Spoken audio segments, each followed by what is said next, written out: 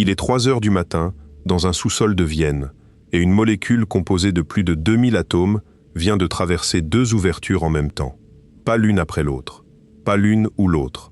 Les deux, simultanément, comme si l'objet avait momentanément renoncé à l'obligation la plus élémentaire de l'existence, celle d'être quelque part. Les détecteurs enregistrent l'impact. Un point lumineux s'ajoute à des millions d'autres sur un écran. Et lentement, nuit après nuit, un motif se dessine, fait de bandes claires et de bandes sombres. Un motif qui ne pourrait pas exister si la molécule avait choisi un seul chemin. Les physiciens qui surveillent l'expérience ne célèbrent pas. Ils ont vu ce motif des milliers de fois. Ce qui les tient éveillés, ce n'est pas le résultat. C'est ce que le résultat refuse obstinément de leur dire depuis un siècle. Car derrière cette expérience, derrière chacune des expériences de ce type menées depuis 100 ans, se cache une question que la physique la plus précise jamais construite par l'esprit humain n'a jamais réussi à trancher. Une question si simple qu'un enfant pourrait la poser, et si profonde que les plus grands esprits du XXe siècle se sont brisés dessus.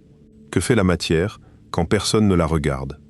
Si ce genre de voyage, au cœur des plus grands mystères de la science, te passionne, prends une seconde pour aimer cette vidéo et t'abonner, cela nous aiderait vraiment beaucoup.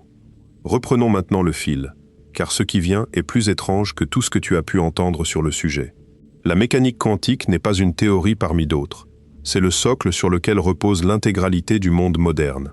Chaque transistor, chaque diode laser, chaque puce de silicium, chaque scanner médical, chaque panneau solaire fonctionne parce que des ingénieurs appliquent quotidiennement des équations écrites il y a un siècle.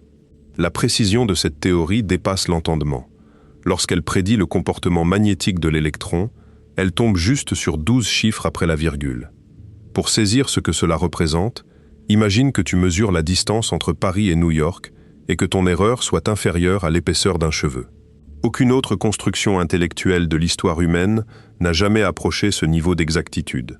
Et pourtant, en juillet 2025, à l'occasion du 100e anniversaire de la théorie, la revue Nature a publié les résultats d'une enquête menée auprès de plus de 1100 physiciens professionnels, des chercheurs qui manipulent ces équations chaque jour de leur vie. On leur a posé la question interdite, celle que les manuels contournent, celle que les cours d'université repoussent toujours à plus tard. Que dit réellement cette théorie sur ce qui existe? Le résultat a fait l'effet d'une déflagration silencieuse. La position la plus populaire, celle qui arrive en tête, n'a rassemblé que 36% des voix, un peu plus d'un tiers. Les autres réponses se sont dispersées entre au moins 6 écoles rivales, chacune défendue par des scientifiques brillants, chacune argumentée avec rigueur, et aucune ne parvenant à convaincre le reste du champ. Un siècle après sa naissance, la théorie la plus vérifiée de l'histoire ne fait l'objet d'aucun consensus sur sa signification. Mais le chiffre le plus troublant de cette enquête est ailleurs, enfoui dans une question technique que peu de commentateurs ont relevée. On a demandé aux physiciens si l'objet mathématique central de la théorie, celui qu'on appelle la fonction d'onde, celui qu'ils calculent, dérivent et manipulent depuis leurs années d'études, correspond selon eux à quelque chose qui existe réellement dans le monde. Près des 2 tiers ont répondu non. 2 tiers des experts mondiaux d'une théorie estiment que son cœur mathématique n'est qu'un outil, une fiction commode, un artifice de calcul sans contrepartie physique. Imagine des architectes qui construiraient des cathédrales depuis 100 ans avec des plans dont ils ne croient pas qu'ils représentent des bâtiments. Les cathédrales tiennent debout, les plans fonctionnent, mais personne ne sait ce qu'ils dessinent. Voilà l'état exact de la physique fondamentale aujourd'hui. Et pour comprendre comment une situation aussi vertigineuse a pu s'installer au cœur de la science la plus exacte, il faut remonter le fil du temps jusqu'à un soir d'hiver à Berlin, en décembre 1900, dans le bureau d'un homme qui allait déclencher la plus grande révolution intellectuelle de l'histoire moderne, sans le vouloir, presque contre sa volonté, et qui allait le regretter pendant des années. Cet homme s'appelle Max Planck. Il a 42 ans, une moustache soignée, une réputation de conservateur scientifique absolu. Il déteste les révolutions. Il aime la physique classique comme on aime une maison de famille, pour sa solidité, pour ses fondations, pour la certitude qu'elle offre que chaque effet a une cause et que chaque cause produit son effet. Mais depuis des mois, Planck se bat contre un problème qui ronge les fondations de cette maison. Les physiciens de l'époque l'appellent le rayonnement du corps noir. Derrière ce nom austère se cache une énigme d'une simplicité redoutable. Quand on chauffe un objet, il émet de la lumière. Un tisonnier devient rouge, puis orange, puis blanc à mesure que la température monte. La physique classique, celle de Newton et de Maxwell, celle qui avait tout expliqué depuis 2 siècles, tentait de prédire la couleur exacte de cette lumière en fonction de la température. Et elle échouait. Pire qu'échouer, elle produisait une absurdité. Ces équations affirmaient que n'importe quel objet chaud devait émettre une quantité infinie d'énergie dans les hautes fréquences. Selon la théorie en vigueur, ouvrir la porte d'un four aurait dû te vaporiser instantanément sous un déluge de rayonnement ultraviolet. Les physiciens de l'époque, avec un humour teinté d'angoisse, avaient baptisé ce désastre la catastrophe ultraviolette. Planck a essayé toutes les approches respectables. Toutes ont échoué. Alors, un soir de décembre, poussé par ce qu'il décrira plus tard comme un acte de désespoir, il commet un sacrilège mathématique. Il suppose que l'énergie ne peut pas s'écouler de manière continue, comme une rivière, mais seulement par paquets discrets, par grains indivisibles, comme des gouttes tombant d'un robinet qui fuit. Il donne à ces grains un nom latin qui signifie quantité élémentaire. Il les appelle des quanta. Et soudain, miraculeusement, ces équations tombent justes. La courbe théorique épouse la courbe expérimentale avec une perfection troublante. Planck aurait dû exulter. Il est horrifié, car son hypothèse n'a aucun sens dans le monde qu'il connaît. Dire que l'énergie vient par paquet, c'est comme dire qu'on peut verser 1 litre d'eau ou 2 litres d'eau, mais jamais 1,5 litre. C'est absurde. Pendant des années, Planck essaiera de démontrer que ces quantas ne sont qu'une astuce de calcul, un échafaudage provisoire qu'on pourra démonter une fois le bâtiment achevé. Il n'y parviendra jamais. L'échafaudage était le bâtiment. 5 ans plus tard, en 1905, un inconnu de 26 ans, qui travaille comme examinateur de 3e classe, dans un bureau des brevets à Berne, prend l'hypothèse de Planck et la pousse là où Planck lui-même refusait d'aller. Ce jeune homme s'appelle Albert Einstein, et cette année-là, entre 2 dossiers de brevets sur des machines à synchroniser les horloges, il publie une série d'articles qui vont redessiner la carte entière de la physique. L'un d'eux affirme quelque chose d'inouï. La lumière elle-même, cette lumière que tout le 19e siècle avait démontré être une onde, une vibration continue se propageant dans l'espace, cette lumière est aussi faite de grains, de particules d'énergie qu'on appellera plus tard des photons. Einstein utilise cette idée pour expliquer un phénomène qui résistait à toute analyse, l'effet photoélectrique, cette étrange capacité de la lumière à arracher des électrons de la surface des métaux selon des règles qui défiaient la logique ondulatoire. C'est pour cet article précis, et non pour la relativité, qu'Einstein recevra le prix Nobel. L'ironie de l'histoire est vertigineuse quand on sait la suite, car l'homme qui a ouvert la porte du monde quantique passera les 30 dernières années de sa vie à essayer de la refermer. Pendant ce temps, au Danemark, un jeune physicien au front immense et à la diction hésitante s'attaque au mystère suivant. Niels Bohr a compris que si l'énergie vient par paquets, alors l'atome lui-même doit obéir à des règles nouvelles.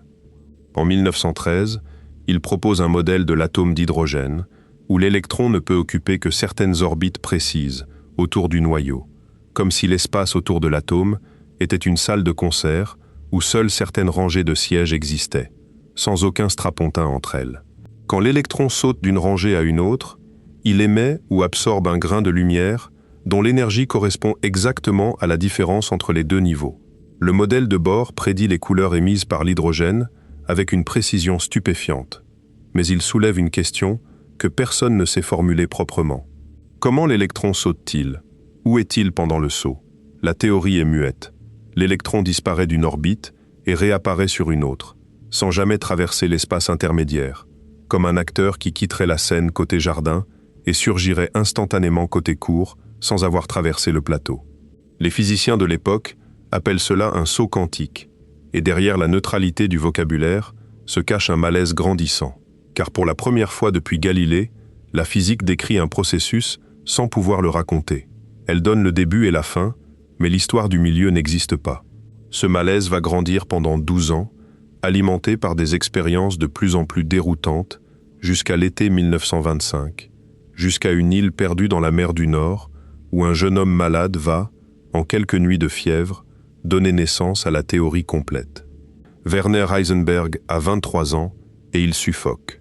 Le pollen de l'été allemand a transformé son visage en masque tuméfié, ses yeux pleurent, il n'arrive plus à penser. Son médecin lui conseille de fuir vers un endroit où rien ne pousse. Il existe un tel endroit, un rocher de grès rouge, planté au milieu de la mer du Nord, sans arbres, presque sans herbe, balayé par des vents salés qui nettoient l'air de toute particule végétale. L'île s'appelle Helgoland. Heisenberg y débarque en juin 1925 avec une valise, quelques livres et un problème qui l'obsède depuis des mois. Le problème est celui-ci. Tous les modèles atomiques de l'époque, y compris celui de Bohr, s'appuient sur des images, des orbites, des trajectoires, des petites planètes tournant autour d'un soleil miniature. Or, aucune expérience n'a jamais montré une orbite d'électrons. Personne n'a jamais vu la trajectoire d'un électron à l'intérieur d'un atome. Ce qu'on mesure, ce sont des fréquences de lumière, des intensités, des raies dans un spectre, rien d'autre. Alors Heisenberg prend une décision d'une radicalité qui, un siècle plus tard, coupe encore le souffle. Il décide de construire une théorie qui ne contiendrait que ce qu'on peut mesurer. Pas d'orbite, pas de trajectoire, pas d'image, seulement des tableaux de nombres reliant les états observables entre eux. Sur son île sans pollen, entre des baignades dans une eau glaciale et de longues marches sur les falaises, il assemble ces tableaux et découvre quelque chose d'inquiétant. Quand il multiplie ces tableaux entre eux, l'ordre des facteurs change le résultat. 3 fois 4 ne donne pas la même chose que 4 fois 3. Dans l'arithmétique ordinaire, une telle chose est impensable. Dans la structure qu'il est en train de découvrir, elle est inévitable, et elle porte en germe tout ce qui va suivre, y compris le célèbre principe d'incertitude qu'il formulera 2 ans plus tard. Une nuit, vers 3 heures du matin, les calculs se referment enfin. Tout est cohérent. L'énergie se conserve. La machine tourne. Heisenberg racontera plus tard qu'il était trop agité pour dormir, qu'il est sorti dans la nuit finissante, qu'il a escaladé un rocher qui s'avançait au-dessus de la mer et qu'il a attendu le lever du soleil avec le sentiment de contempler, à travers la surface des phénomènes, un paysage intérieur d'une étrangeté et d'une beauté qui lui donnait le vertige. Il venait d'écrire la première version fonctionnelle de la mécanique quantique. Il ne savait pas encore qu'il venait aussi d'ouvrir une question qui, 100 ans plus tard, resterait sans réponse. Quelques mois après Helgoland, un autre physicien produit une seconde version de la théorie, si différente en apparence qu'on croirait 2 sciences rivales. Erwin Schrödinger, physicien autrichien à la culture immense, déteste les tableaux abstraits de Heisenberg. Il veut des images, de la continuité, des équations qu'on peut se représenter. Pendant les vacances de Noël 1925, retiré dans un chalet des Alpes suisses, il écrit une équation qui décrit l'électron non pas comme une bille, mais comme une onde, une vibration étalée dans l'espace, dont la forme évolue dans le temps de manière parfaitement fluide et déterministe. Son équation reproduit tous les niveaux d'énergie de l'atome d'hydrogène avec une élégance qui séduit immédiatement la communauté. Pendant quelques mois, on croit tenir 2 théories concurrentes, puis on démontre qu'elles sont mathématiquement identiques, 2 langues différentes racontant exactement la même histoire. La théorie est là, complète, cohérente, opérationnelle. Reste une question que personne n'a encore osé poser frontalement. L'onde de Schrödinger, cette chose qui vibre et se propage dans les équations. Qu'est-ce que c'est? Schrödinger lui-même croit d'abord qu'elle décrit une répartition physique de la matière, l'électron, littéralement étalé dans l'espace comme une brume. Cette lecture s'effondre vite, car dès qu'on détecte un électron, on le trouve toujours entier, ponctuel, en un seul endroit, jamais dilué. La brume se contracte instantanément en un point au moment de la mesure. C'est un physicien de Göttingen, Max Born, qui propose en 1926 la lecture, qui deviendra officielle, dans une note de bas de page qui compte parmi les plus lourdes de conséquences de l'histoire des sciences. L'onde, écrit Born, ne décrit pas où l'électron est. Elle décrit la probabilité de le trouver à chaque endroit si on le cherche. Là où l'onde est intense, l'électron a de fortes chances d'apparaître. Là où elle est faible, il a peu de chances. Le carré de l'amplitude de l'onde donne la probabilité du résultat. Cette règle, la règle de Born, fonctionne. Elle n'a jamais été prise en défaut, pas une seule fois. dans un siècle d'expérience. Mais mesure bien ce qu'elle vient d'introduire au cœur de la physique. Pour la première fois depuis que la science existe, la théorie fondamentale de la nature ne prédit plus ce qui va arriver. Elle prédit seulement les chances que telle ou telle chose arrive. Le hasard n'est plus une mesure de notre ignorance, comme au casino où la bille de la roulette suit en réalité une trajectoire parfaitement déterminée, que nous sommes simplement incapables de calculer. Le hasard quantique semble inscrit dans la trame même des choses. Deux atomes rigoureusement identiques, préparés de la même façon, dans le même état, peuvent donner deux résultats différents à la même mesure, et la théorie affirme qu'aucune information cachée, aucune différence secrète, ne distingue ces deux atomes. Cette affirmation a fait bondir Einstein. Et c'est ici que commence le plus grand duel intellectuel du XXe siècle. Octobre 1927, Bruxelles. Dans un hôtel du centre-ville se réunit ce qui restera comme la plus grande concentration de génie scientifique de tous les temps. C'est le 5e congrès Solvay, financé par un industriel belge de la chimie, et sur la photographie officielle qui immortalise l'événement, on compte 29 participants, dont 17 recevront ou ont déjà reçu le prix Nobel. Einstein est assis au centre du premier rang, à la place d'honneur. Marie Curie est à quelques sièges de lui, seule femme de l'Assemblée, déjà 2 fois nobelisée. Planck, vieilli, est là. Bohr est au 2e rang. Heisenberg et Wolfgang Pauli, les jeunes loups, sont debout derrière, à peine sortis de l'adolescence scientifique. Schrödinger domine le dernier rang de sa haute silhouette. Le sujet officiel du congrès porte sur les électrons et les photons. Le sujet réel, celui qui va enflammer les couloirs, les repas et les petits déjeuners, c'est la signification de la nouvelle mécanique. Bohr et Heisenberg arrivent avec une doctrine qu'ils ont forgée ensemble à Copenhague au cours d'affrontements si violents que Heisenberg, selon ses propres souvenirs, a plus d'une fois fini en larmes. Leur position tient en quelques affirmations tranchantes. La fonction d'onde n'est pas une chose, c'est un outil de prévision. La mesure produit un résultat unique dont la théorie donne les probabilités, et rien de plus. Et surtout, demander ce que fait une particule entre deux mesures est une question vide, sans contenu, une question qui ressemble à de la physique, mais qui n'en est pas, comme demander de quelle couleur est le silence. Einstein n'accepte rien de tout cela. Pour lui, la mission de la physique est de décrire un monde réel, existant indépendamment de nos observations, un monde où la Lune est là, même quand personne ne la regarde. Une théorie qui renonce à cette mission n'est pas fausse, elle est incomplète, comme une carte qui indiquerait les probabilités de trouver des montagnes, sans jamais affirmer que les montagnes existent. Alors commence un rituel qui va se répéter chaque matin du congrès. Au petit déjeuner, Einstein arrive avec une expérience de pensée, un dispositif imaginaire soigneusement conçu pendant la nuit pour prendre la mécanique quantique en flagrant délit de contradiction. Bohr blêmit, réfléchit toute la journée, consulte Heisenberg et Pauli dans une agitation fébrile, et au dîner, il apporte la réponse, la faille dans le raisonnement d'Einstein, l'élément que le dispositif imaginaire avait négligé. Chaque assaut est repoussé.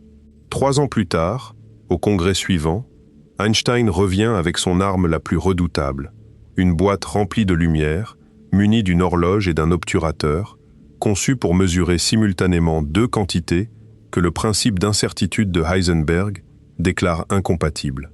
Bohr passe, selon les témoins, la pire nuit de sa vie. Il erre de convive en convive, répétant que si Einstein a raison, c'est la fin de la physique. Et au matin, dans un retournement d'une ironie presque théâtrale, il trouve la parade dans la théorie d'Einstein lui-même.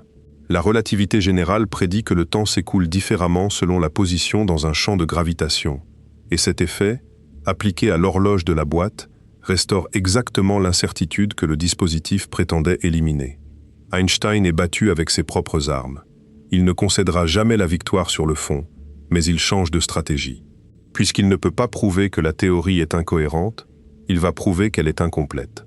Et en 1935, installé à Princeton, après avoir fui l'Allemagne, il publie avec 2 jeunes collègues, Boris Podolsky et Nathan Rosen, un article de 4 pages qui va dormir comme une bombe à retardement pendant près de 30 ans. L'argument, connu depuis sous les initiales de ses auteurs, repose sur un phénomène que la théorie prédit et qu'Einstein trouve littéralement inacceptable. Quand 2 particules interagissent puis se séparent, la mécanique quantique affirme qu'elles restent liées par un lien mathématique d'un genre nouveau. Elle ne possède plus d'état individuel. Seul le couple possède un état. On peut éloigner les deux particules d'1 mètre, d'1 kilomètre, d'une galaxie, le lien demeure intact dans les équations. Et si l'on mesure l'une des deux, l'état de l'autre se trouve instantanément déterminé, quelle que soit la distance qui les sépare. Schrödinger, fasciné et inquiet, donnera un nom à ce phénomène, l'intrication, et écrira qu'il ne s'agit pas d'une bizarrerie parmi d'autres, mais du trait caractéristique de toute la mécanique quantique, celui qui la sépare irrémédiablement de toute pensée classique. Einstein, lui, y voit une absurdité manifeste. Il baptise cela d'une expression restée célèbre, une action fantomatique à distance, et son raisonnement est d'une limpidité désarmante. Rien ne peut voyager plus vite que la lumière, c'est le socle de la relativité. Donc la mesure faite ici ne peut pas influencer instantanément la particule là-bas. Donc si la mesure d'ici permet de connaître avec certitude l'état de là-bas, c'est que cet état existait déjà avant la mesure. Les particules transportaient depuis leur séparation des propriétés définies, des instructions cachées, comme deux gants d'une même paire expédiés dans 2 colis. Ouvrir un colis à Tokyo et y trouver le gant gauche t'apprend instantanément que le colis de Lisbonne contient le gant droit, sans qu'aucun signal magique n'ait traversé la planète. Le gant droit était droit depuis le début. Si la mécanique quantique ne contient pas ces instructions cachées, concluent Einstein et ses collègues, c'est qu'elle est incomplète, c'est qu'il existe un niveau de réalité plus profond qu'elle ne décrit pas encore. La réponse de Bohr fut rapide, dense, et d'une obscurité que même ses partisans reconnaissent. Le débat s'enlisa. La plupart des physiciens, absorbés par les applications de la théorie, par la physique nucléaire naissante, puis par la guerre, classèrent la question parmi les querelles philosophiques sans conséquence. Il faudra un ingénieur irlandais travaillant sur les accélérateurs de particules pour démontrer, 3 décennies plus tard, que cette querelle philosophique était en réalité une question expérimentale, et que la nature elle-même pouvait être sommée d'y répondre.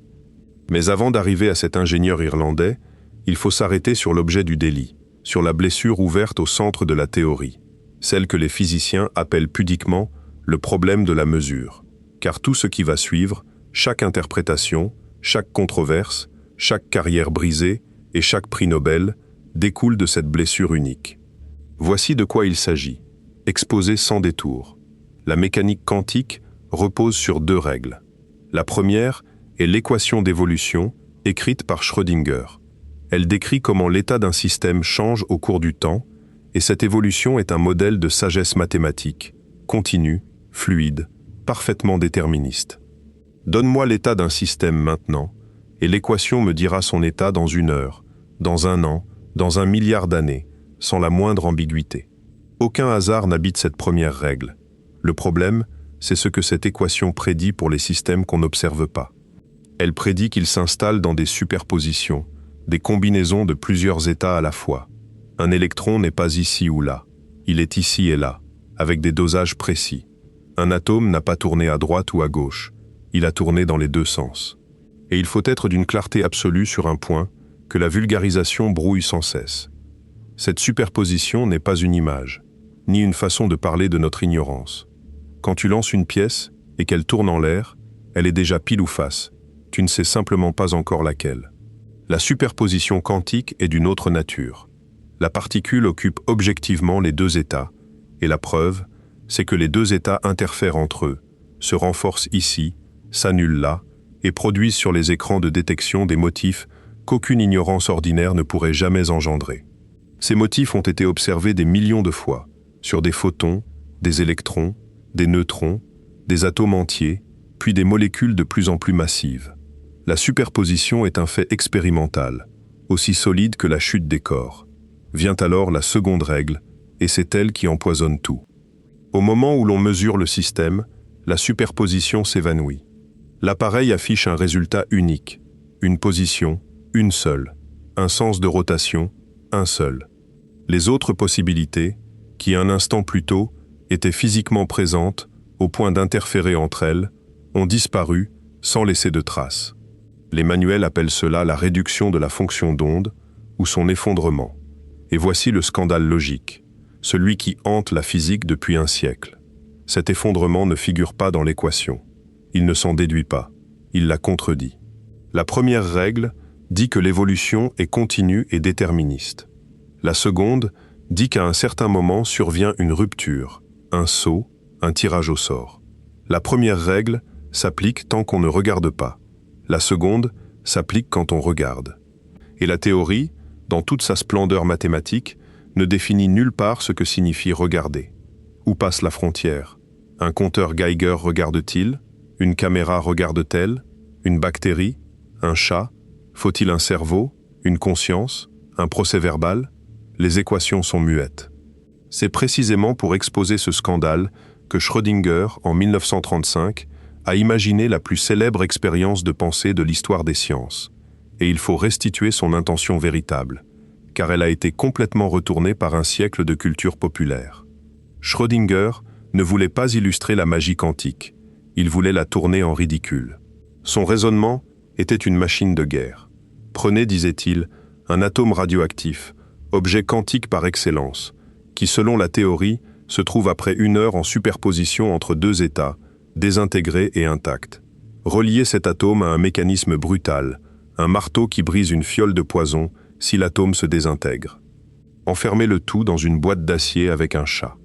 La logique quantique, appliquée sans faiblir, conduit à une conclusion inévitable.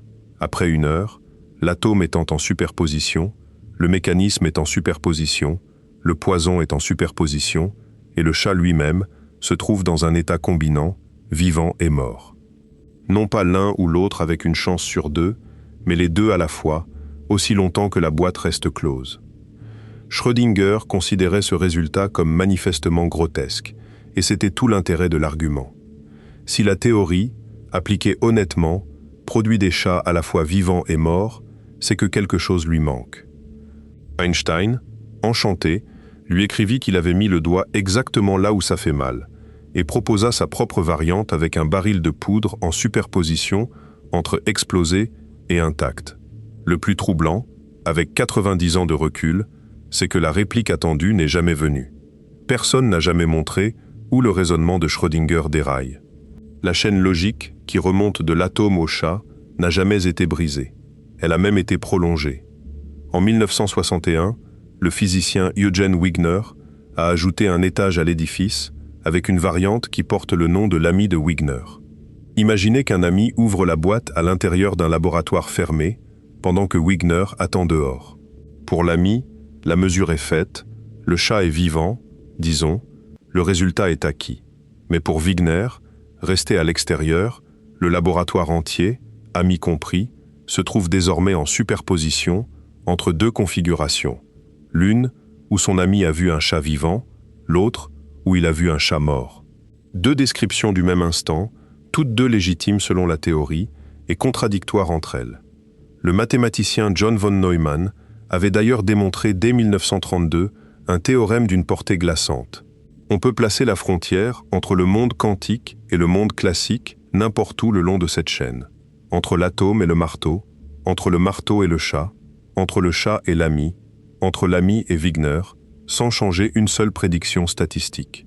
Toutes les positions de la frontière sont équivalentes. Aucune n'est fondée. La théorie exige qu'une coupure existe et refuse de dire où elle passe. Voilà le problème de la mesure dans toute sa nudité.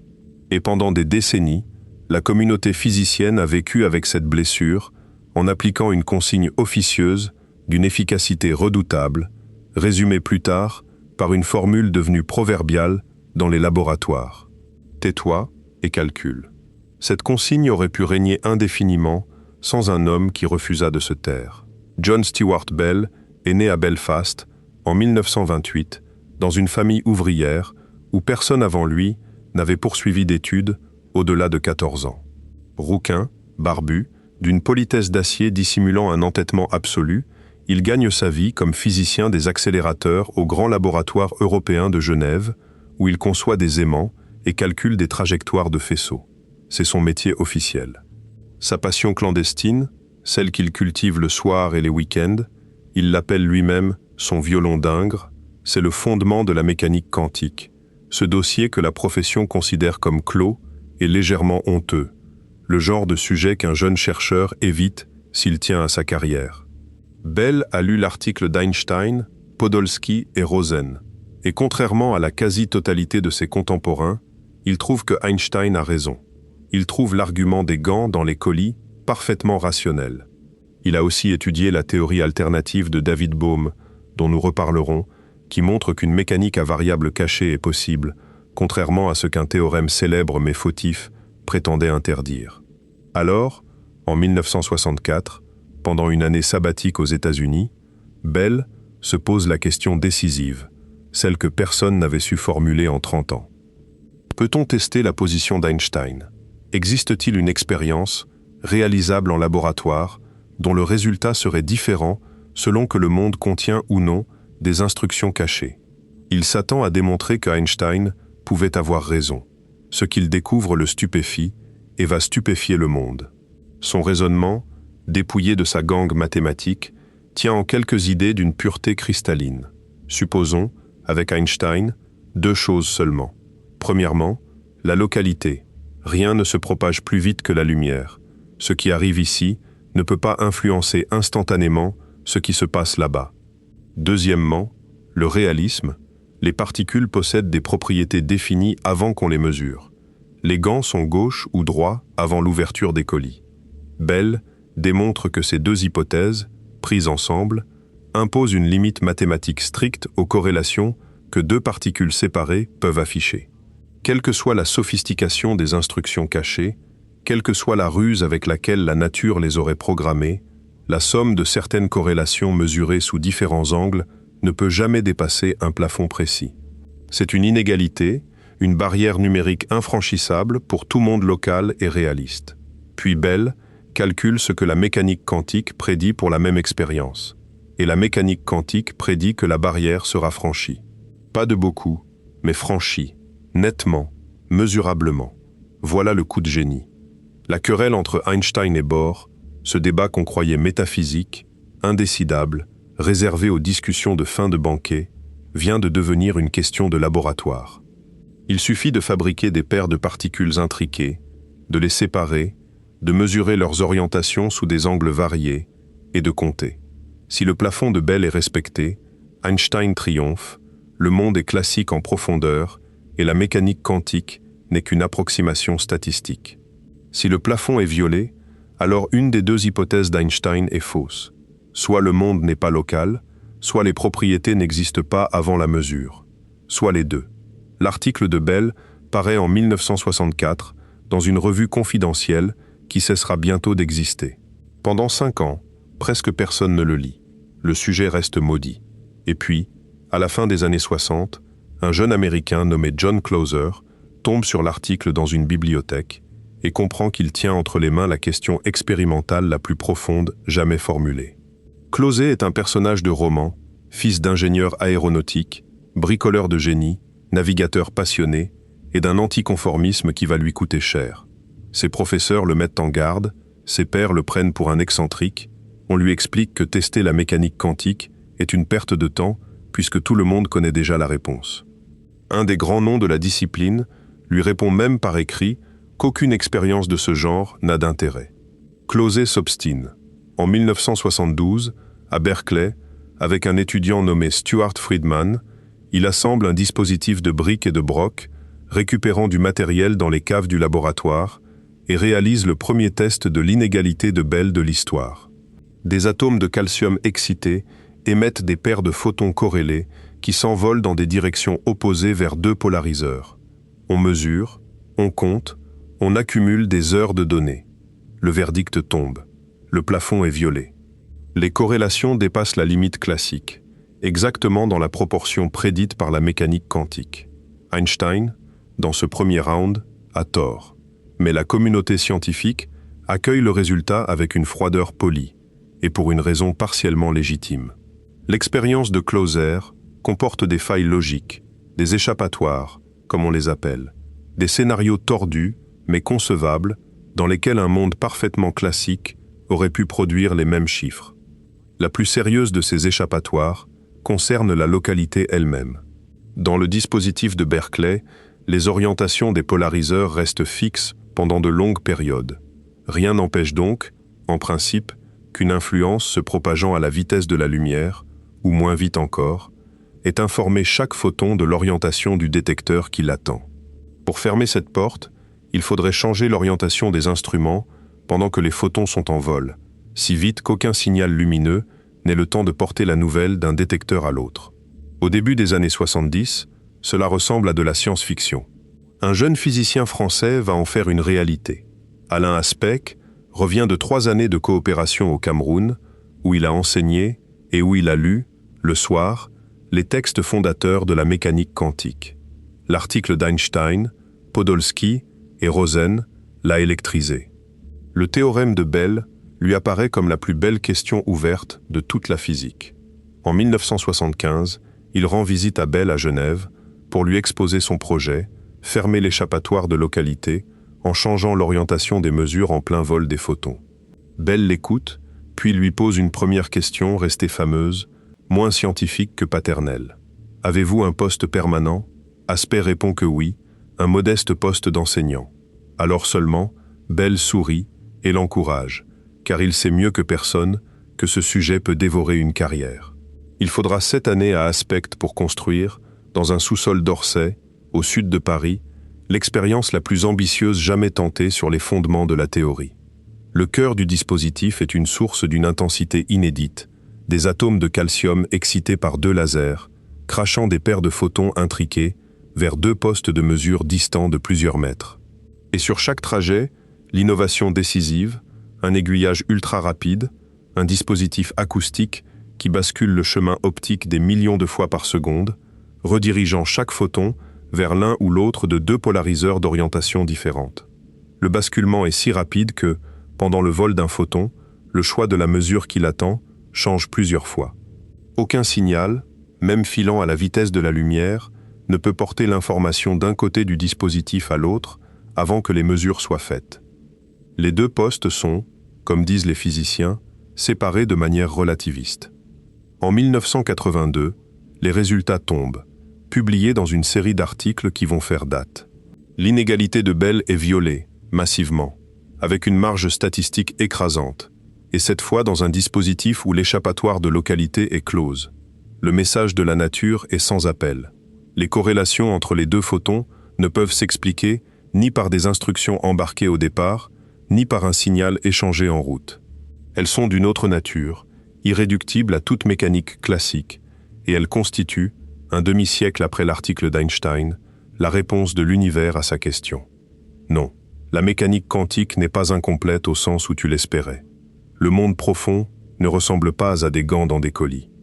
Restaient 2 dernières échappatoires, plus subtiles, et la traque allait durer encore 30 ans, se transformant peu à peu en une aventure aux dimensions cosmiques. La première, dite de détection, notait que les instruments ne capturent qu'une fraction des paires émises et qu'un échantillonnage biaisé aurait pu, en principe, mimer la violation. Elle fut fermée dans les années 2000 par des expériences sur des ions piégés, puis définitivement en 2015, lorsque 3 équipes, à Delft, à Vienne et à Boulder, réalisèrent presque simultanément des tests sans aucune échappatoire majeure, dont une expérience néerlandaise mémorable où 2 électrons intriqués étaient détenus dans 2 laboratoires distants de plus d'1 kilomètre aux 2 extrémités d'un campus. La seconde échappatoire était la plus vertigineuse de toutes. On l'appelle la liberté de choix. Elle demande, avec une mauvaise foi apparente, qui cache une vraie profondeur, qui choisit les orientations des polariseurs. Si ce choix, effectué par un générateur électronique ou par un humain, était secrètement corrélé avec l'état des particules, si quelque chose dans le passé commun de l'appareil et des photons coordonnait les 2, tout l'argument s'effondrerait. Pour repousser cette possibilité aussi loin que la physique le permet, l'équipe d'Anton Zeilinger, à Vienne, a conçu une expérience d'une audace folle. Puisqu'il faut des choix dont l'origine soit aussi étrangère que possible au laboratoire, pourquoi ne pas les faire dicter par le cosmos lui-même ? En 2018, 2 télescopes installés aux îles Canaries pointent vers 2 quasars, 2 noyaux de galaxies parmi les objets les plus lumineux de l'univers, situés dans des directions opposées du ciel, à près de 8 milliards d'années-lumière chacun. La lumière qui en provient a été émise avant que le Soleil et la Terre n'existent. Chaque photon capté est analysé, sa couleur convertie en un chiffre binaire, et ce chiffre commande, en temps réel, l'orientation du polariseur pour la paire de photons intriqués suivante, produite au même instant dans le laboratoire. Pour qu'un mécanisme caché truque une telle expérience, il faudrait qu'une coordination ait été mise en place, voilà des milliards d'années, entre deux régions du cosmos qui n'ont jamais été en contact, en prévision d'une mesure effectuée un soir précis sur une île de l'Atlantique. Le résultat, une fois encore, fut limpide. L'inégalité violée, la mécanique quantique confirmée, la corrélation intacte. En octobre 2022, l'Académie suédoise a décerné le prix Nobel de physique conjointement à John Clauser, l'excentrique de Berkeley, à qui l'on avait conseillé d'abandonner, à Alain Aspect, le pionnier d'Orsay, et à Anton Zeilinger, l'homme des quasars. Ce prix consacrait bien plus que 3 carrières. Il actait officiellement qu'une classe entière de vision du monde, celle où l'univers serait à la fois local et peuplé de propriétés préexistantes, est morte. Éliminée non par un argument, mais par la nature elle-même, interrogée avec une rigueur croissante pendant 50 ans. C'est un des résultats les plus profonds jamais obtenus par l'espèce humaine, et il faut mesurer ce qu'il laisse derrière lui. Il ne dit pas quelle vision du monde est la bonne, il dit seulement lesquelles sont fausses. Il ferme des portes. Et devant les portes qui restent ouvertes, la communauté des physiciens se tient, depuis, dans un désaccord aussi total qu'au premier jour. Il est temps de pousser ces portes une par une et de découvrir le prix, car chacune a un prix, que chaque vision survivante exige de celui qui l'adopte.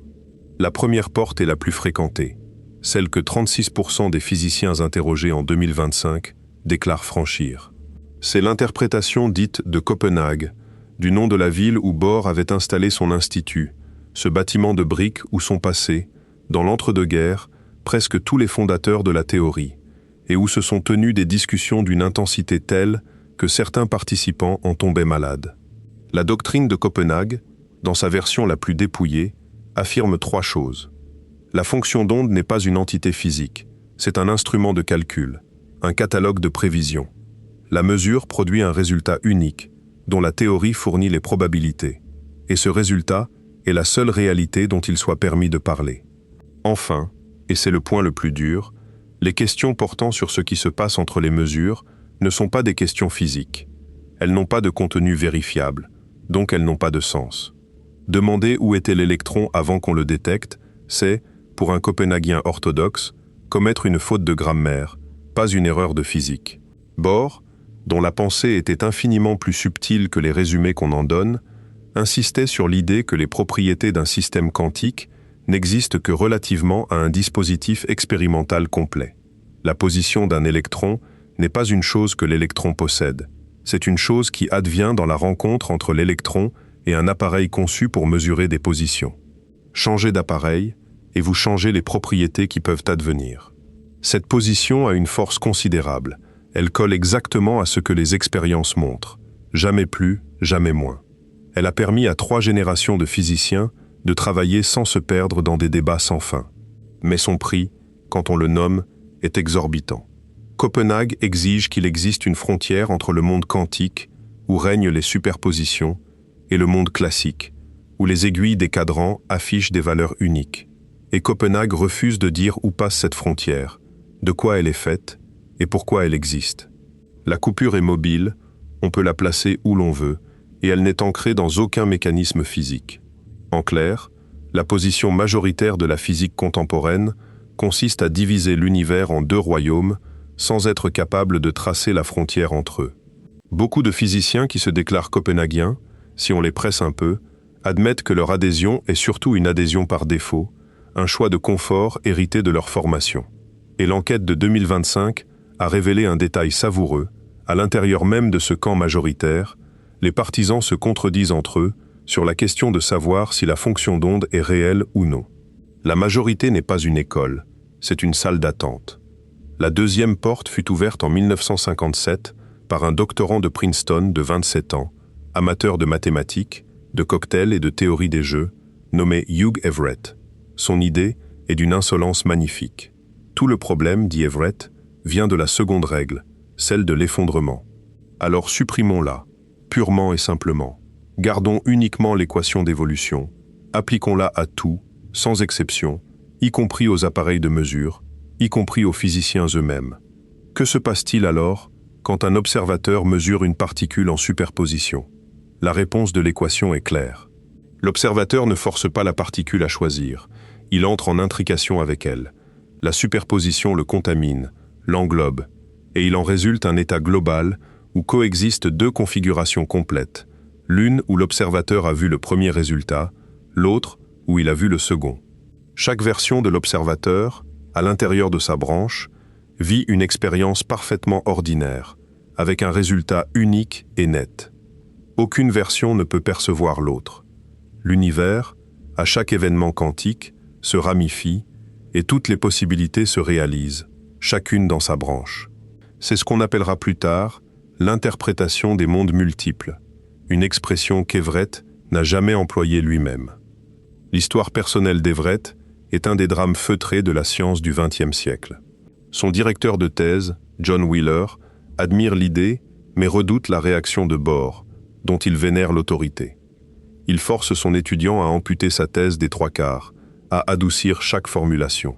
Everett fait le voyage de Copenhague pour défendre son travail devant le vieux maître. L'entretien est un désastre poli. L'entourage de Bohr le traite avec une condescendance glacée. L'un des lieutenants du maître qualifiera même plus tard le jeune homme d'une dureté rare, lui reprochant de ne rien comprendre aux subtilités de la doctrine. Everett rentre aux États-Unis, quitte la recherche du jour au lendemain et met son génie mathématique au service du Pentagone, où il travaillera sur l'optimisation des frappes nucléaires, l'objet d'étude le plus sinistre qui soit. Il fume 3 paquets par jour, boit sec, meurt d'une crise cardiaque à 51 ans, sans avoir jamais su que ses idées connaîtraient une renaissance spectaculaire.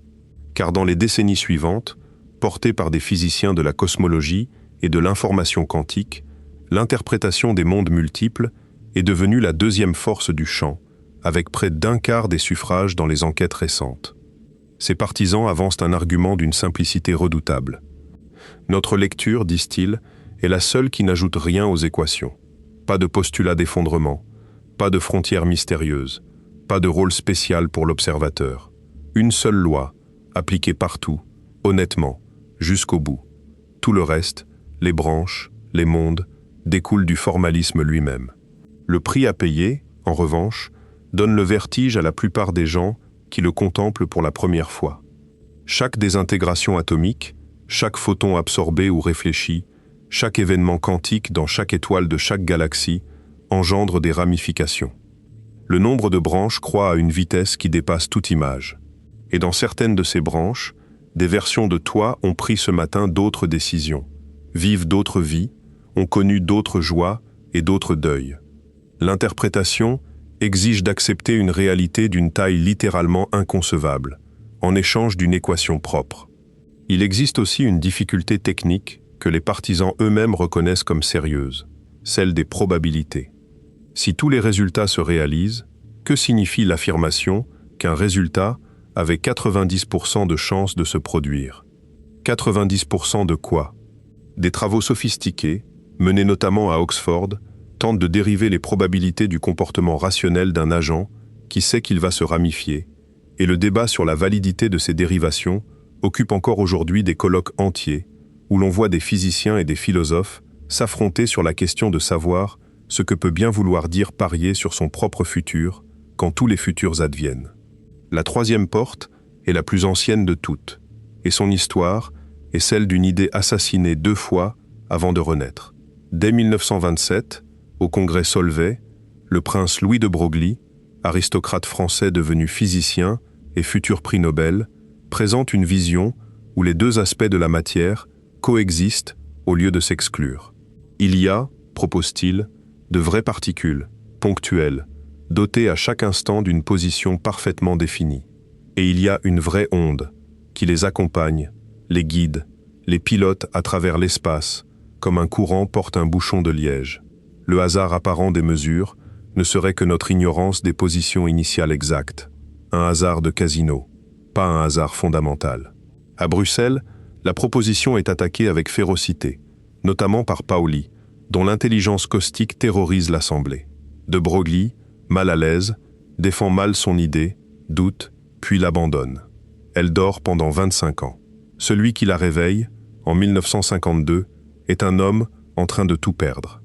David Bohm, physicien américain brillant, ancien collaborateur du projet le plus secret de la guerre, est convoqué devant la commission parlementaire qui traque les sympathies communistes dans l'Amérique du début de la guerre froide.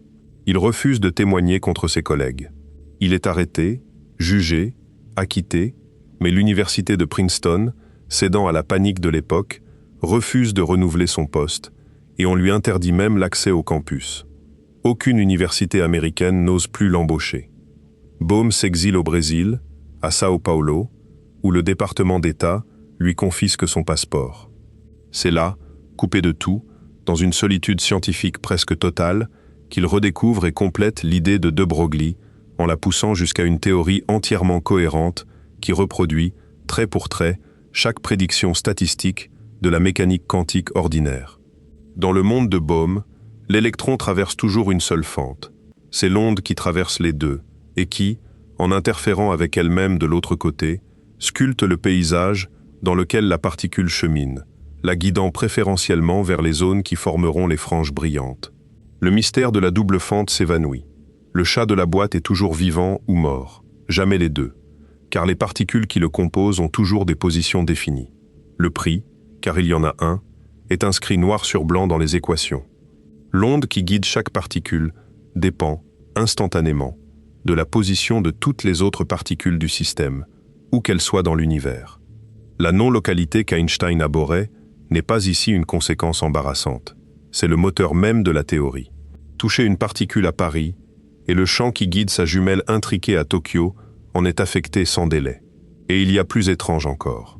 Pour un système de nombreuses particules, cette onde pilote ne vit pas dans notre espace à 3 dimensions.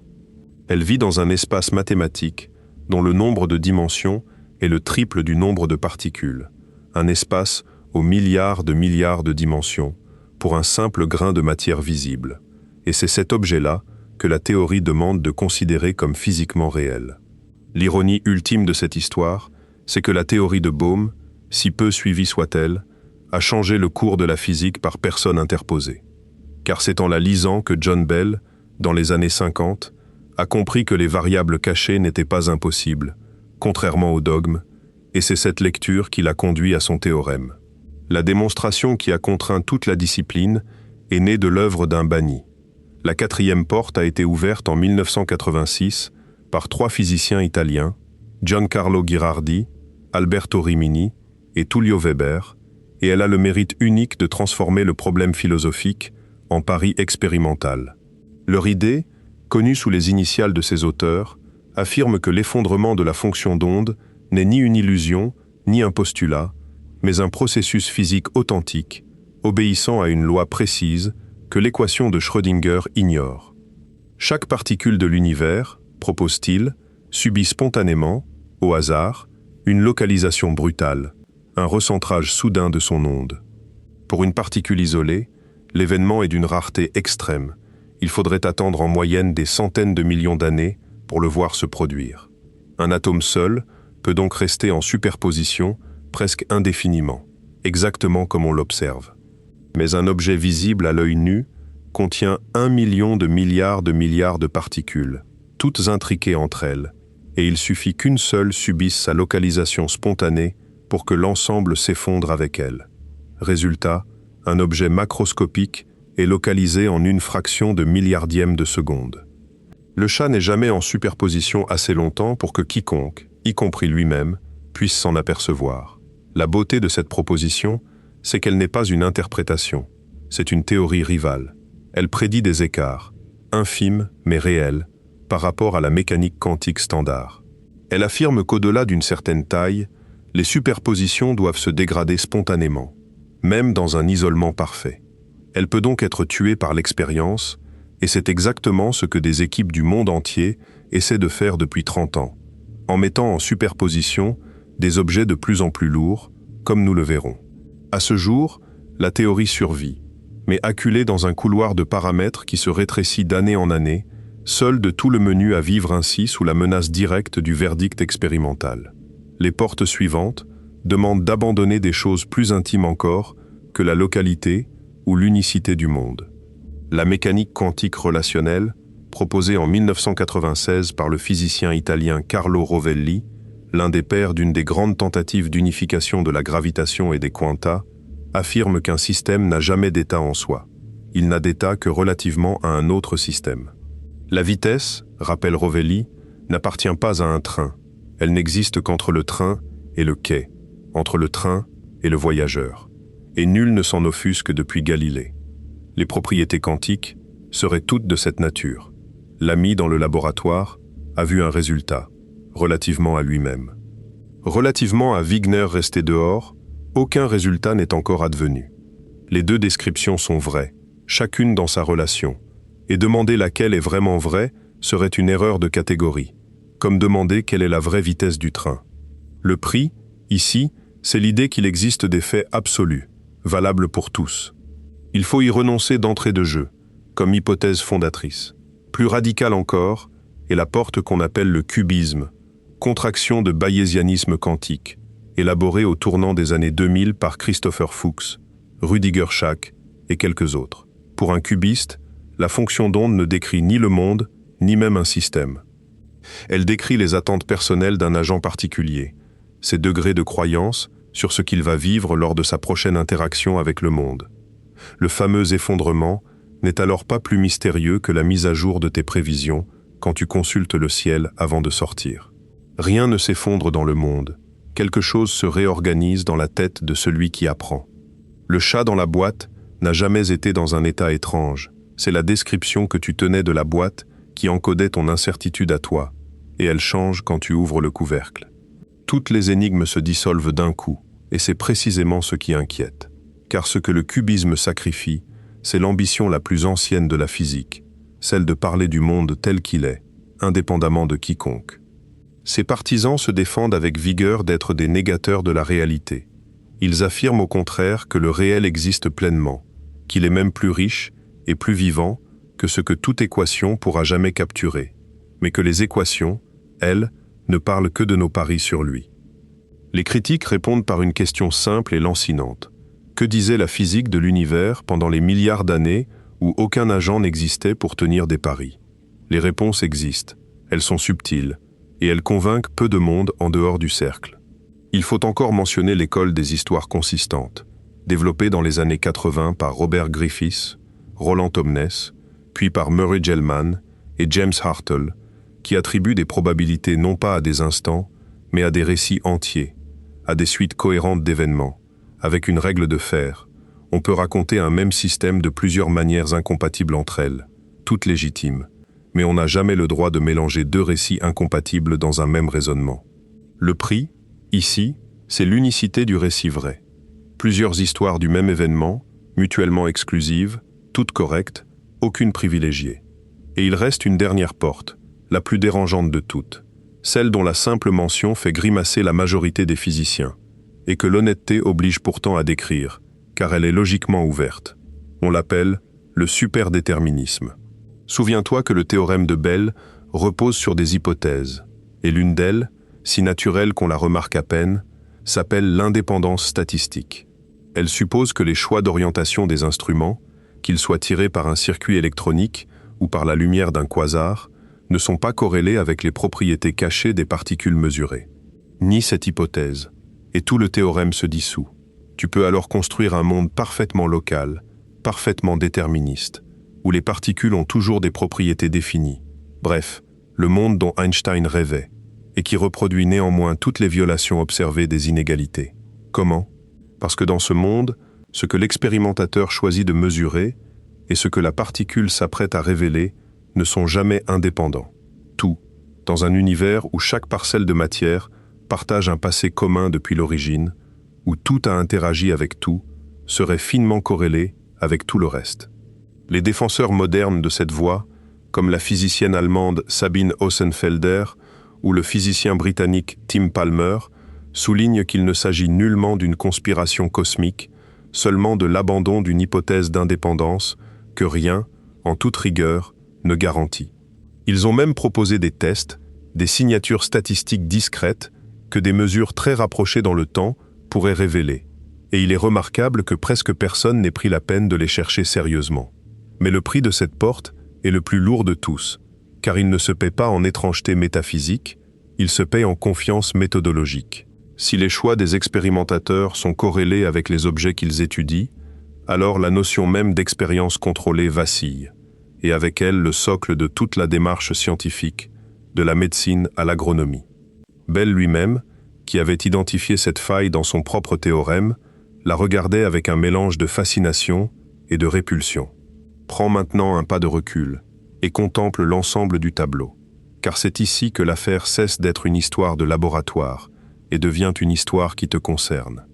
Chacune de ces visions du monde est cohérente, chacune reproduit toutes les observations. Aucune expérience réalisable aujourd'hui ne permet de les départager, à l'exception partielle des théories d'effondrement spontané. Et chacune exige, comme droit d'entrée, le sacrifice d'une évidence. Les mondes multiples réclament l'unicité de la réalité. L'onde pilote réclame la localité. L'idée que rien ici ne touche instantanément quelque chose là-bas. Le cubisme réclame l'ambition de décrire un monde commun.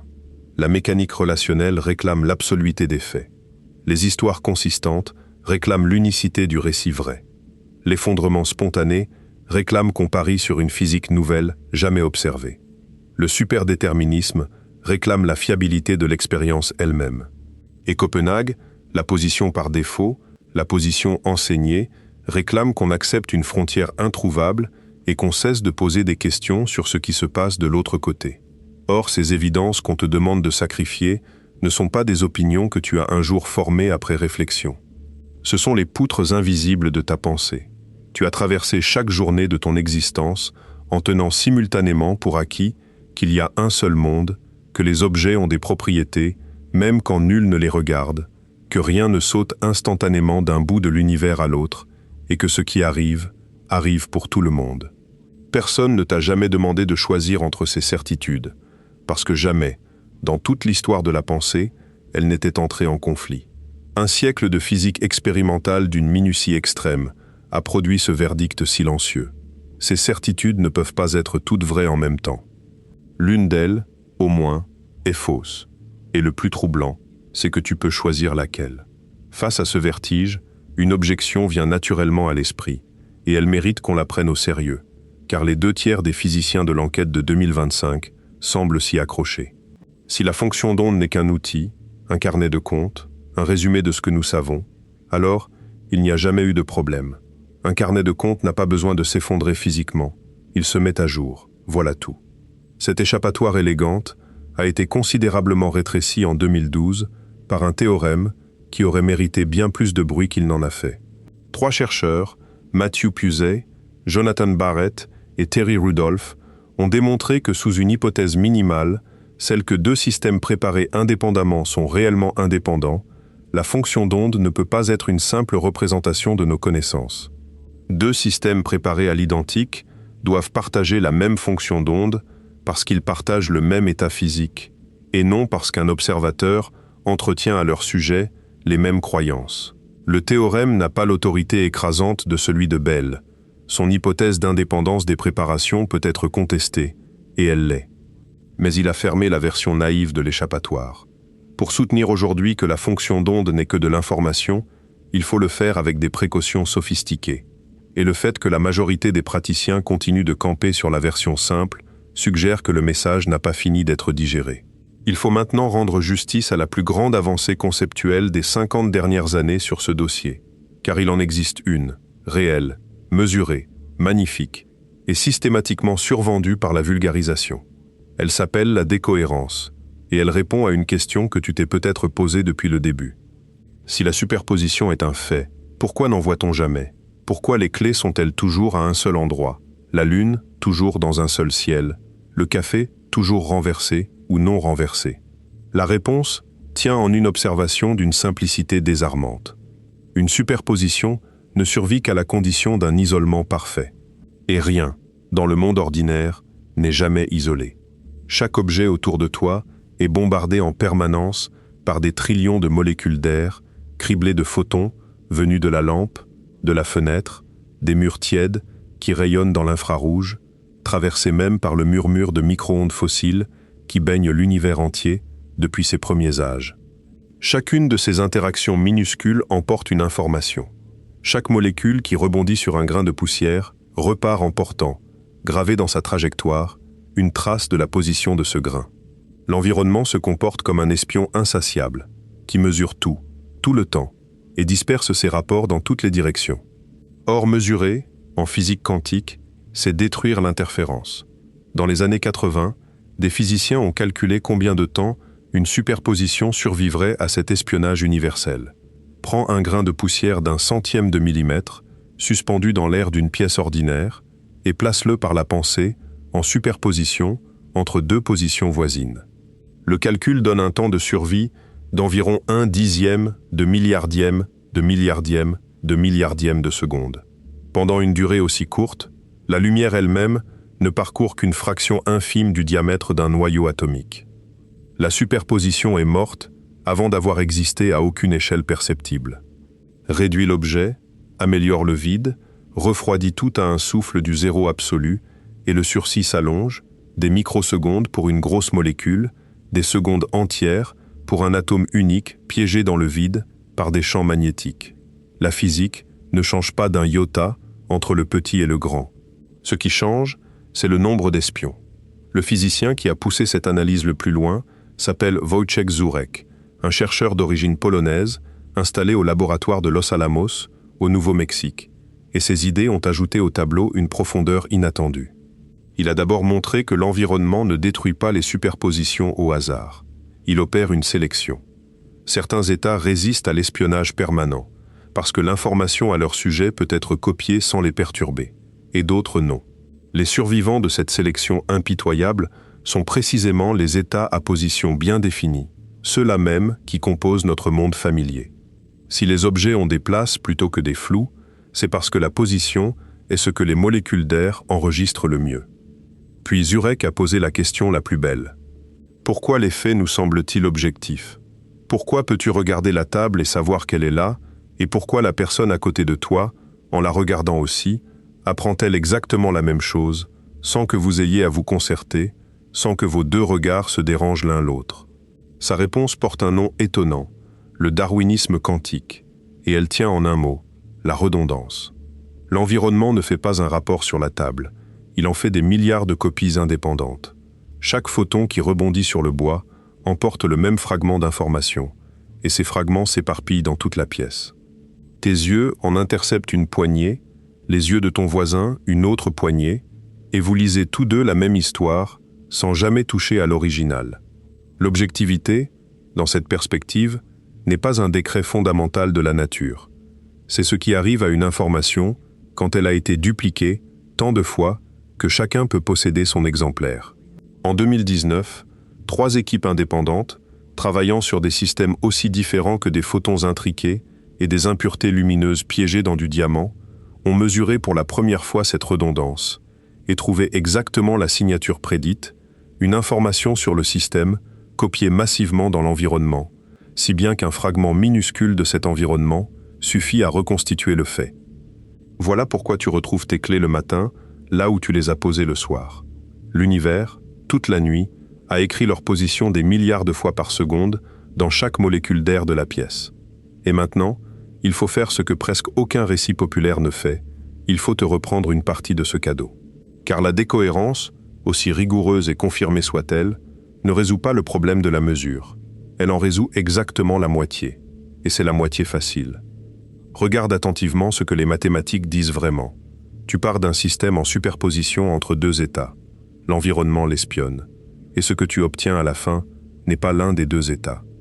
Ce que tu obtiens est un état global, intriqué, où le système et son environnement forment un tout, et où les deux branches de la superposition sont toujours présentes, intactes dans les équations, à ceci près qu'elles ne peuvent plus interférer entre elles, parce que l'information qui les distingue a été éparpillée dans des trillions de molécules et ne pourra jamais, en pratique, être rassemblée. Les deux branches sont toujours là. Il faut peser cette phrase, car c'est ici que presque toute la vulgarisation glisse, en concluant que la superposition a été détruite. Elle n'a pas été détruite. Elle a été dispersée, et la nuance change tout. Déchire une lettre compromettante, et elle a disparu.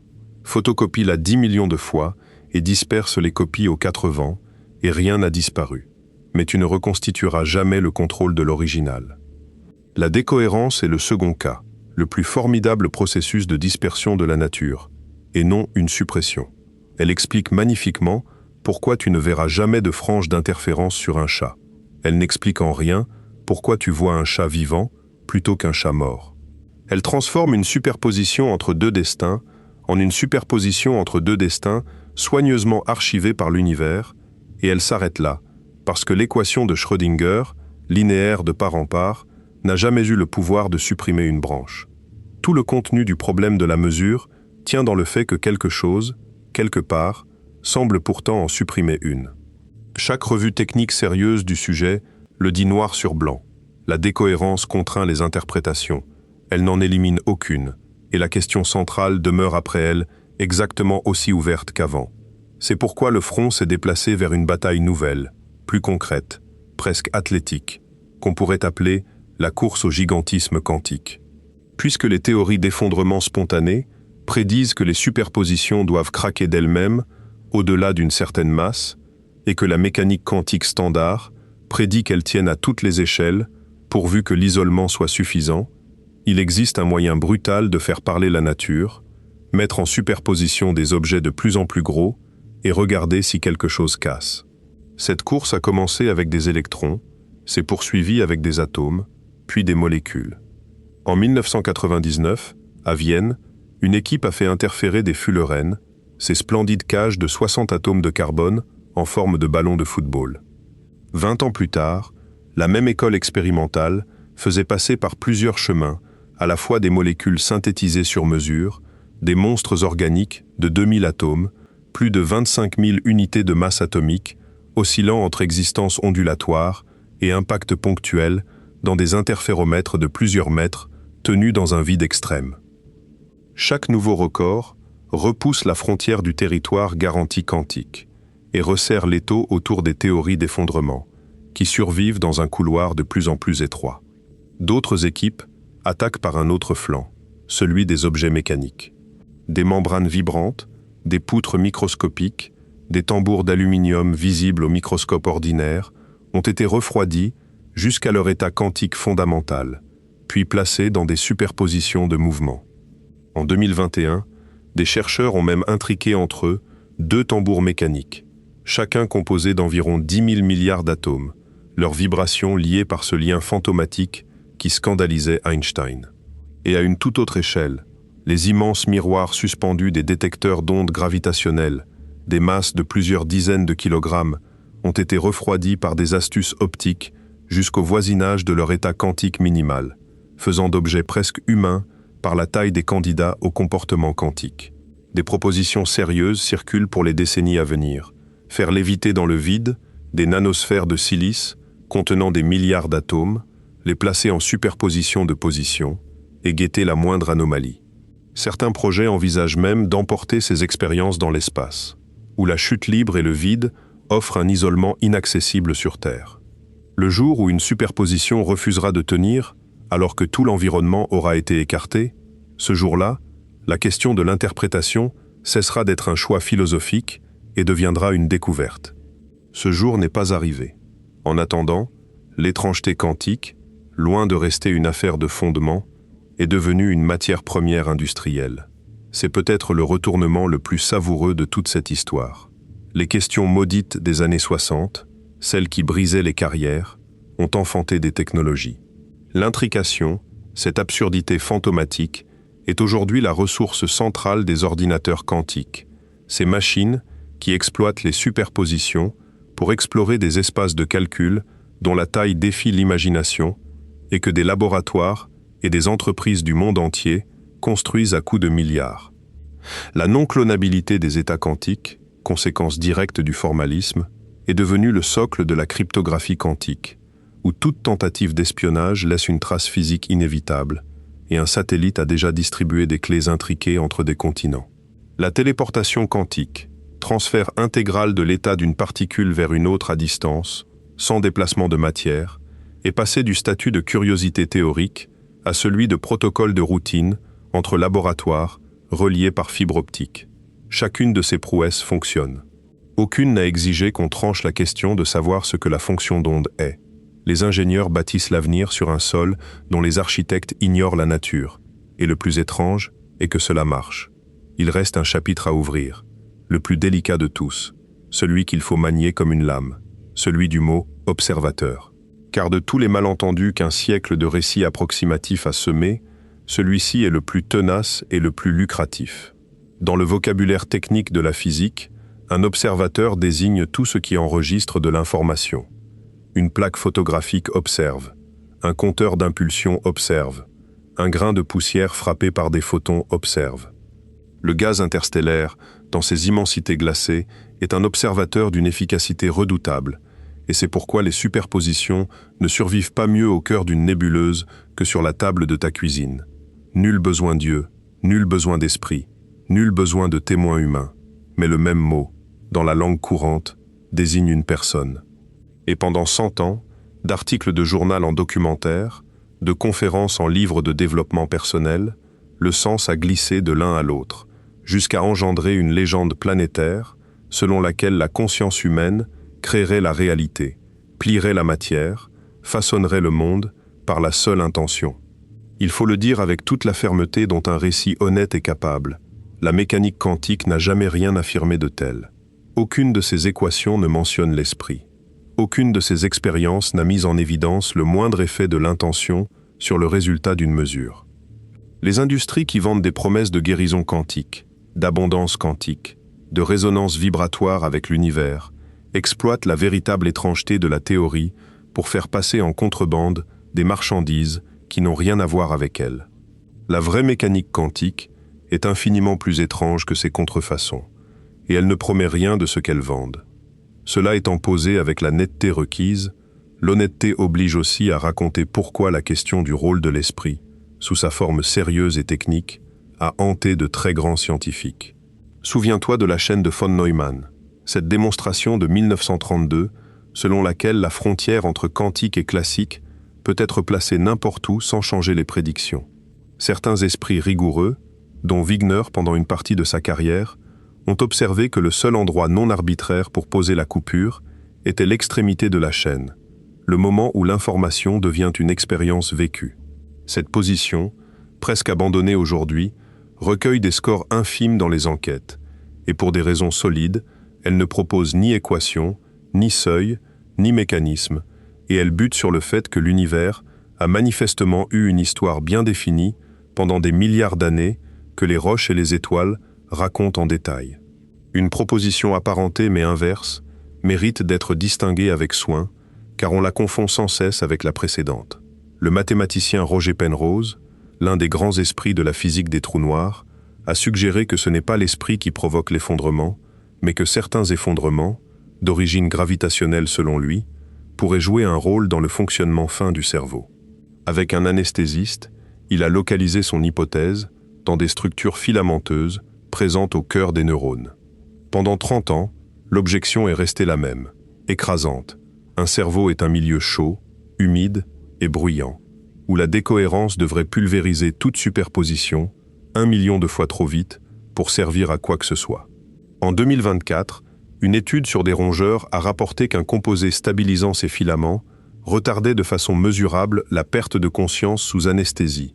Un résultat intrigant, fragile, préliminaire, qui ne prouve rien sur la nature quantique du cerveau, mais qui montre que même les hypothèses les plus impopulaires peuvent produire des prédictions et être confrontées aux faits. C'est cela, et cela seulement, que la démarche scientifique demande. Reste alors la dernière question, celle qui enveloppe toutes les autres, celle que tu portes peut-être depuis le début de ce récit sans l'avoir formulée. Comment une telle situation est-elle possible? Comment la théorie la plus précise, la plus vérifiée, la plus féconde de l'histoire peut-elle demeurer, un siècle après sa naissance, sans signification établie? Dans tous les autres domaines, la science tranche. La théorie de l'expansion de l'univers a triomphé le jour où l'on a détecté le rayonnement fossile, en 1964. Le modèle standard des particules a été couronné le jour où le boson manquant est apparu dans les détecteurs de Genève, en 2012. Il y a des dates, des expériences, des verdicts. Ici, rien de tel. et la raison est d'une pureté cruelle. Toutes les interprétations survivantes prédisent exactement les mêmes résultats pour toutes les expériences réalisables. Elles ne se disputent pas sur ce que les instruments afficheront, elles se disputent sur ce que ces affichages veulent dire. La nature répond à toutes les questions qu'on sait lui poser, et la question qui nous obsède n'appartient peut-être pas, en l'état, à celle qu'on s'est posée. Peut-être est-ce provisoire. L'histoire des sciences offre un précédent qui invite à la patience. Newton s'est tourmenté toute sa vie sur la nature de cette force invisible qui tire la pomme vers le sol et retient la lune autour de la Terre. Cette action à distance, qu'il trouvait lui-même si absurde, qu'il écrivit qu'aucune personne douée de compétences en philosophie ne pourrait jamais l'admettre. Il n'a jamais eu sa réponse. 2 siècles et demi plus tard, Einstein a montré que la question était mal posée. La gravitation n'est pas une force qui se transmet, c'est la géométrie de l'espace et du temps qui se courbe, et la pomme ne fait que suivre la pente d'un paysage invisible. La question de Newton n'était pas stupide, elle était prisonnière d'un cadre, et c'est le cadre entier qu'il a fallu remplacer. Peut-être la question de la fonction d'onde attend-elle son Einstein, quelqu'un qui ne répondra pas à la question, mais qui la dissoudra, en montrant que nos catégories mêmes, réelles, état, mesure, étaient les barreaux d'une cage conceptuelle dont nous ne voyons pas les contours. Peut-être cette personne a-t-elle aujourd'hui 9 ans, et n'a-t-elle encore jamais entendu parler de rien de tout cela. En attendant, il faut raconter comment le chant lui-même vit avec sa blessure, car c'est une histoire humaine autant que scientifique, et elle éclaire le fameux sondage de 2025 d'une lumière crue. Pendant un demi-siècle, de la fin des années 30 à la fin des années 80, s'interroger publiquement sur les fondements de la mécanique quantique était, dans la plupart des départements de physique, un suicide professionnel au ralenti. Les crédits allaient aux accélérateurs, aux réacteurs, aux semi-conducteurs. Les fondements étaient perçus comme un marécage philosophique d'où aucune carrière n'était jamais ressortie indemne. Clauset, malgré son expérience historique, a peiné des années à trouver un poste stable et racontait qu'on lui avait fait comprendre sans embâge que ce genre de travaux disqualifiait un candidat sérieux. Bell lui-même publiait ses réflexions fondationnelles dans des revues marginales, presque en cachette de sa fonction officielle. Everett est mort sans reconnaissance. Bohm a fini sa carrière à Londres, respecté mais tenu à distance du courant dominant. Une génération entière de questions a ainsi été portée par des francs-tireurs, des exilés, des passionnés du dimanche, pendant que le gros de la profession appliquait la consigne tacite du silence calculateur. Puis, lentement, le vent a tourné, et il a tourné pour une raison qui ne doit rien à la philosophie et tout à la technologie. Dans les années 80 et 90, des théoriciens ont compris que l'intrication, cette curiosité embarrassante, était en réalité une ressource, quelque chose qu'on pouvait quantifier, distiller, dépenser, comme de l'énergie ou de l'information. Un algorithme célèbre a montré qu'un ordinateur, exploitant les superpositions, pourrait briser les codes secrets qui protègent les communications mondiales. Du jour au lendemain, les questions fondamentales sont devenues stratégiques. Les agences de financement, les armées, puis les géants industriels ont déversé des fortunes sur des laboratoires dont les ancêtres intellectuels étaient précisément les parias des décennies antérieures. On a créé des chaires, des instituts, des conférences entières consacrées aux fondements quantiques. Les jeunes chercheurs d'aujourd'hui peuvent décrire le mot « interprétation » dans un projet de recherche sans ruiner leur avenir, ce qui constitue, à l'échelle de cette histoire, une révolution silencieuse. Et c'est ce dégel qui rend le sondage du centenaire si précieux, car pour la première fois, on a pu photographier l'état réel des convictions d'une communauté enfin libre de les avouer. La photographie est saisissante, aucune majorité absolue, une pluralité d'écoles irréconciliables. Un socle commun de pratiques, universel et sans faille, posé sur un désaccord total quant à sa signification. Des chercheurs qui, pour beaucoup, avouent n'avoir jamais eu de vraie discussion sur ces questions avec le collègue du bureau voisin, chacun ayant tranché en silence, une fois pour toutes, souvent au hasard de la sensibilité d'un professeur rencontré à 20 ans. Certains répondants ont coché une case rarement offerte dans les questionnaires scientifiques, celle qui dit simplement « Je préfère suspendre mon jugement ». Et il faut saluer cette case, car elle est peut-être la plus honnête de toutes. Suspendre son jugement devant une question que 100 ans d'efforts n'ont pas tranché, n'est pas une paresse, c'est une forme de rigueur. Il y a d'ailleurs, dans cette dispersion même, une leçon qui dépasse la physique. On raconte souvent la science comme une machine à produire des consensus, et c'est vrai de son régime ordinaire. Mais son régime profond est autre. La science est d'abord une discipline de l'honnêteté sous contrainte, l'art de dire exactement ce que les faits obligent à dire, pas un mot de plus. Or les faits, ici, obligent à dire des choses précises et stupéfiantes. Les corrélations violent les limites classiques, les superpositions sont réelles et interfèrent. La fonction d'onde ne peut pas être une pure ignorance. Les objets de 2000 atomes empruntent plusieurs chemins à la fois. Et les faits n'obligent à rien de plus. Toute phrase supplémentaire, tout récit sur ce qui se passe vraiment derrière les mesures, relève du choix, du pari, du tempérament. Le sondage de 2025 n'est pas le constat d'un échec. C'est le portrait d'une communauté qui refuse de faire semblant. 1100 personnes à qui l'on a demandé de dépasser ce que les faits garantissent, et qui, sommés de parier, ont parié dans toutes les directions, parce que la nature, jusqu'ici, n'a favorisé aucune. Il y a quelque chose de profondément respectable dans ce spectacle, et quelque chose d'inconfortable aussi, car il nous prive du réconfort auquel un siècle de vulgarisation triomphante nous avait habitués, celui de croire que quelque part, dans un bureau, quelqu'un sait. Sur cette question précise, la plus fondamentale de toutes, personne ne sait. Les meilleurs le disent désormais à voix haute, et c'est un progrès immense que cette ignorance soit enfin cartographiée avec la même précision que le reste.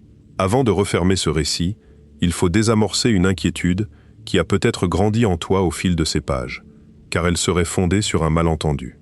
Rien de ce qui a été dit ce soir ne menace la solidité de ton monde. Tes clés seront demain matin exactement là où tu les auras posées. Le soleil se lèvera à l'heure calculée. Les ponts tiendront, les avions voleront, les processeurs de ton téléphone commuteront leurs milliards de transistors par seconde avec la fidélité absolue que la théorie leur prescrit. Le débat dont nous avons parlé ne porte pas sur la fiabilité du monde, il porte sur sa nature profonde, sur ce qu'il est quand nul instrument ne l'interroge. Et cette question, aussi vertigineuse soit-elle, ne change rien à la stabilité de l'expérience quotidienne. Elle change en revanche quelque chose d'autre, quelque chose d'intérieur. Elle change le regard. Car une fois qu'on sait, on ne peut plus tout à fait désapprendre. On ne peut plus regarder un rayon de soleil traverser une pièce sans songer que chaque grain de poussière qui y danse est maintenu dans son existence localisée par un déluge ininterrompu d'interactions, des milliards de rapports moléculaires par seconde, archivant sa position dans l'air ambiant. On ne peut plus regarder deux étoiles aux extrémités opposées du ciel sans se souvenir que la lumière de source bien plus lointaine encore a servi, un soir, sur une île de l'Atlantique, à interroger la trame la plus intime de la matière, et que la matière a répondu. On ne peut plus prononcer le mot réel avec la même innocence. Ce mot que tu emploies depuis l'enfance, ce mot qui semblait gratuit, un siècle de mesure d'une minutie inhumaine, lui a attaché une étiquette de prix. Il y a plusieurs articles en rayon, un monde unique, où la localité, où les propriétés définies, où les faits partagés par tous, où la fiabilité de l'expérience, et la caisse n'accepte pas qu'on reparte avec la totalité. Chacun paye avec la certitude à laquelle il tient le moins, et personne ne connaît le juste prix. Voici alors la dernière image, celle qu'il faut emporter. Quelque part cette nuit, dans un sous-sol de Vienne, de Delft, de Boulder ou de Hefei, une machine tient un objet en deux endroits à la fois. Elle le tient quelques millisecondes de plus que la machine de l'an dernier, parce que quelqu'un a passé 12 mois à rendre le vide un peu plus vide, à suspendre l'appareil un peu plus finement contre les vibrations du monde, à refroidir le métal un peu plus près du silence thermique absolu. Autour de cette machine, des écrans veillent, reliés à des ordinateurs, reliés à des personnes qui rentreront dormir dans quelques heures, qui reviendront demain, qui reviendront pendant toute leur carrière, et qui transmettront la question à d'autres, plus jeunes, comme on transmet un feu. Chaque année, l'objet suspendu entre deux existences est un peu plus lourd. Chaque année, la frontière recule, et personne ne sait s'il existe, quelque part sur cette route, un mur où la superposition refusera enfin d'aller plus loin, révélant une physique nouvelle, ou si la route est libre jusqu'aux chats, jusqu'aux pierres, jusqu'aux planètes, et que seul notre isolement imparfait, nous cache l'ampleur de ce que la matière sait faire. Les deux réponses sont ouvertes. Les deux seraient des séismes. Et pendant que ces machines veillent, l'univers entier, lui, continue son travail d'écriture. À chaque battement de ton cœur, dans chaque centimètre cube de l'air qui t'entoure, des dizaines de milliards de collisions consignent la position de chaque objet de la pièce, avec une redondance si extravagante que le monde, à ton échelle, en devient inébranlable.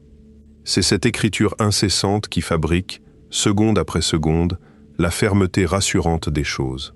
Ce qui se passe en dessous, dans les profondeurs que cette écriture recouvre, demeure la question la plus ancienne et la plus intacte de la physique moderne. Elle a 100 ans. Elle a vu passer les plus grands esprits d'un siècle. Elle a survécu à toutes les tentatives de la clore. Elle a résisté aux théorèmes, aux quasars, aux prix Nobel. Elle n'exige rien de toi, ni que tu choisisses une école, ni que tu prennes parti ce soir. Elle demande seulement que tu saches qu'elle existe, qu'elle est ouverte, et que l'idée confortable selon laquelle la science aurait déjà réglé tout ce qui compte